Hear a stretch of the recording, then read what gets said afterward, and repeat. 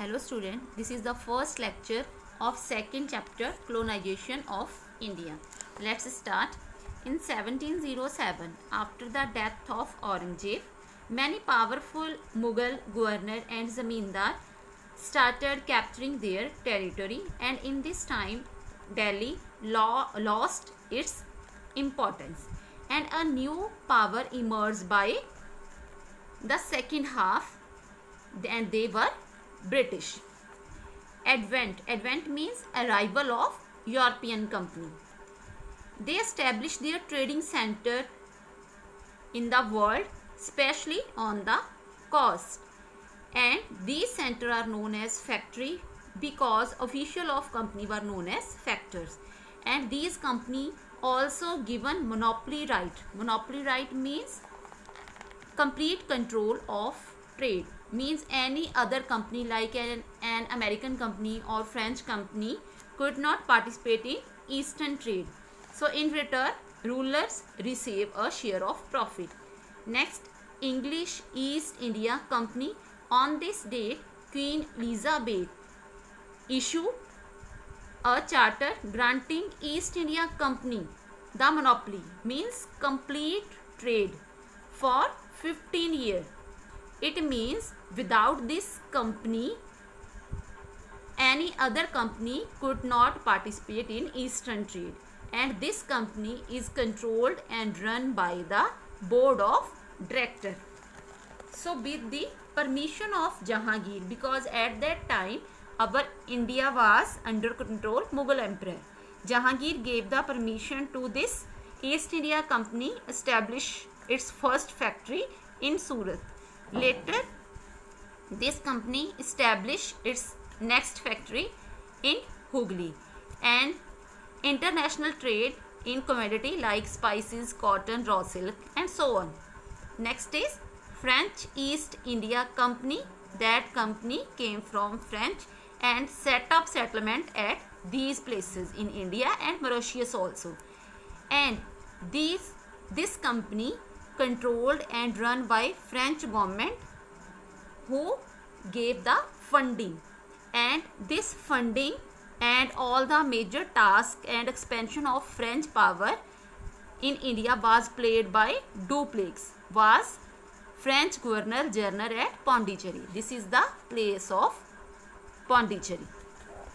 Next is rivalry in trade. Rivalry meaning competition. So this European company made one policy. That policy is mercantilism, which is also known as commercialism. Mercantilism means that policy only work for earn the profit. Royal Charter, which was issued by the Queen Elizabeth, could not prevent other European company from entering into trade with Eastern world. When that East India Company came in India, at that time Portuguese has already came on the western coast at Goa, because in 1498 that Portuguese explorer Vasco da Gama, who find the sea route to India via Cape of Good Hope. So by this route, Dutch and the French also came for trade. So presence of so many company reduced the profit. All of them wanted to buy goods at low price and sell them at high prices. So resulted in aggressive war between the trading company. And how they war fought? With arm, block, route, and preventing rival ships. With the time pass, Portuguese and Dutch leave the Indian trade. Now in India, only two companies, English and French, started dominating the trade between India and Europe. But these companies also fought three wars, which were known as Anglo-French War, at Carnatic War in Tamil Nadu. This is the place, Carnatic War, and this is time period given. Next is British conquest of Bengal. How that British captured the Bengal. In 1651, when European company started the trading at Hooghly, and they also started make warehouse, office and residential quarter warehouse where they kept all the raw material and manufacturing goods. They also take the permission from the Aurangzeb that grant them the right to carry on duty free trade, कि उनका जो tax है वो माफ़ किया कर दिया जाए. In return they will get annual payment. But after the Aurangzeb death that Mughal emperor become weak, then company become powerful.